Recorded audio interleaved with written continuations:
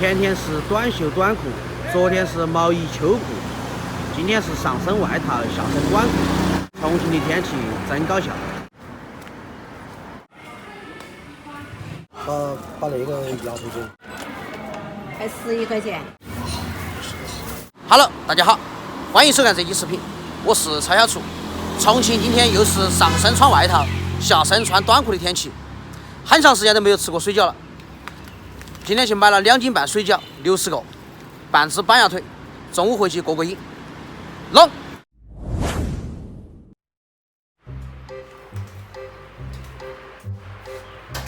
很长时间没有吃过饺子了，也没有时间包，所以说今天就买了一袋那个速冻水饺回来过瘾。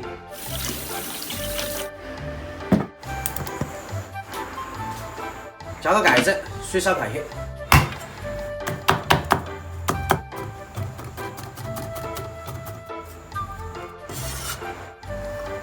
放点酱油，放点醋，放点麻油。这是上次吃面里面的那个熟辣椒，这么放点。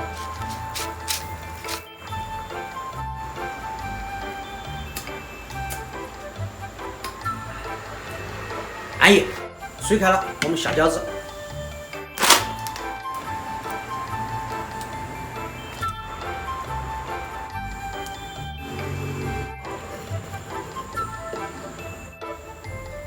煮开后，我们用点冷水给它激一下。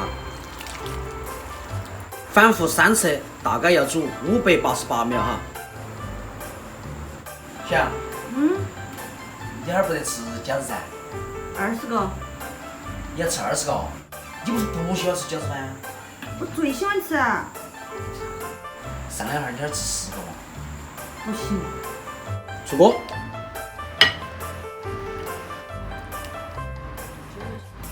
这饺子肯定好吃。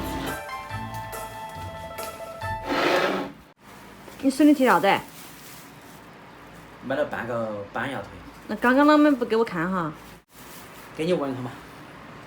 好香啊！四川的板鸭。哪样子买个腿哦？